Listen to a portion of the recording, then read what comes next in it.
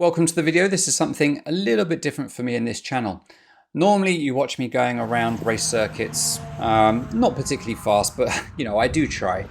In this video though, we're going to do something a bit different and we're going to talk about suspension. Not just suspension specifically though, but coilovers on the Mini Cooper S. I'm going to adjust them and I've never adjusted coilovers in my life before. This is something that's new to me. I don't normally do any kind of mechanical work on cars. I'm not to be trusted with that sort of thing. So I thought, hey, let's get a cheap car that's quiet and I could probably do some modifications on and have a bit of fun with it, maybe learn some stuff about it. So I picked up this Mini Cooper S and I've changed the wheels, the brakes to AP Racings on the front. I've put a Miltech exhaust on it and changed the airbox and also a few different bits when it comes to lightening the car, such as taking out some seats and just making some general weight savings. But most recently, I had some coilovers fitted because I want to not so much lower the car, but just improve the handling for the racetrack. So I've gone for coilovers with adjustable damping, and the coilovers I've gone for are the STXA. And in this video, I'm going to show you about how to adjust them. I had these coilovers fitted. It's not something that I would do myself, but looking at the internet, it seems that adjusting them is fairly straightforward. If we look at the car with the coilovers on, we can see that it's pretty low. I did ask the garage to not put it too low. I asked for it to be the minimum lowering amount, which was 20 millimeters. The garage decided to just make the car look good, and they have made it look good. But going over some speed bumps where I live, the car does bottom out a little bit. So I want to lift it up, make it just a little bit higher than it is now. And that's what we're going to do here in this video. First time that I've ever done anything like this. So let's get on with it. Now, in order to do this, we need to have the car on a flat surface. I live on a hill, so I'm going to need to put the car in the garage, and that means moving the mighty GTR out of the garage and making a bit of space. So let's fire up the GTR, take it out of the garage, and then just pull the Mini in so that I can do this on a level ground. Firstly, let's take a look at the equipment that we are going to use, which I've got laid out so nicely here on the floor. We have a torque wrench. We have a jack, a scissor jack. We have a tape measure. We have some wheel chocks. We have the device that allows you to adjust the suspension height and also a locking nut for the wheels, which is very, very important. Now, before we do anything, we need to measure the wheels. I'll measure this front one just to get us started, and then I will do the rest off camera. So first we measure from the rim to the arch, and we have a distance of about 57 millimeters here, and I want to raise it up to be a little bit higher than that. So the first thing we're going to do is jack the car up, and we can see here behind the wheels are the suspension struts, the new suspension struts, and the nice shiny yellow springs. Look at them, so beautiful there. It's a shame we couldn't get red springs to go with the red car actually. Now you can't do this with the wheel on because we have to turn that little dial that's just under the spring there, and we need the wheel off in order to get to it. So the wheel is now off, and we can see that that adjustment is ready and available for us to, well, adjust.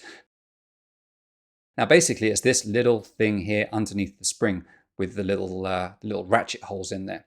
Measure the distance from the very bottom thread up to the height adjustment dial, and it is 38 millimeters. So 57 millimeters from rim to wheel arch, and on the strut itself we have a 38 millimeter distance between the bottom and the locking ring. Let's call it the locking ring actually. I like that, the locking ring. And I'm just going to put a little red dot here so I know when I've done a full rotation of this locking ring. Now here we're going to get the ratchet that allows us to do that. You can see there that it just fits nicely into that groove, and you just start to turn it counterclockwise, and that's going to start pushing the spring upwards and therefore making the car a little bit higher.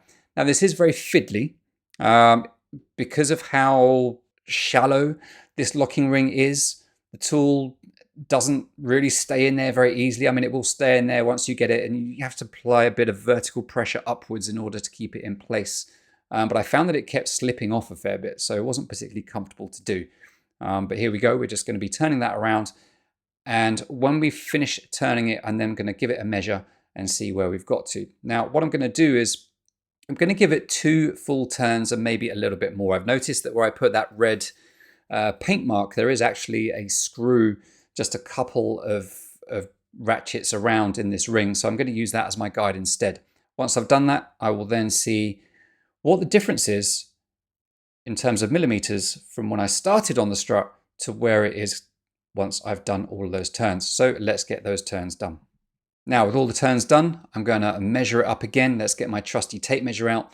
And measuring it from, again, the very bottom up to the bottom of the locking ring, I'm finding that it's now about 44 millimeters in height, so 6 millimeters in total. So 2 turns of the ring plus a couple of ratchets, and we've gone up by about 6 millimeters. The question is, what difference is that going to make to the wheel itself? We can see the car is indeed higher. So objective achieved. The question is, how much higher is it? Well, as we go to measure it, we find that it is now approximately 72 millimeters. Now, what I noticed is that the rear has actually gone up a bit after doing this. I haven't touched the rear, but for some reason it's raised up. Now I'm going to assume that's to do with spring decompression as I raise and lower the car. So let's go off and do all of the other wheels and then come back and see what the difference is to the Mini Cooper S. So having done all 4 wheels, let's take a look around the car and we can see that it's a little bit higher. It's not hugely higher. I've taken the car out for a little drive just to let the suspension settle and therefore balance out. And it's no longer a lot higher at the back than it was when I first did the front wheels. I did the same adjustment on the front right wheel as I did on the front left wheel. When it came to the backs though, it's very awkward to get to the locking rings. And because it was so difficult, I ended up just doing like 2 ratchet turns rather than 2 full turns. Very happy that I've learned to do this. Very happy indeed.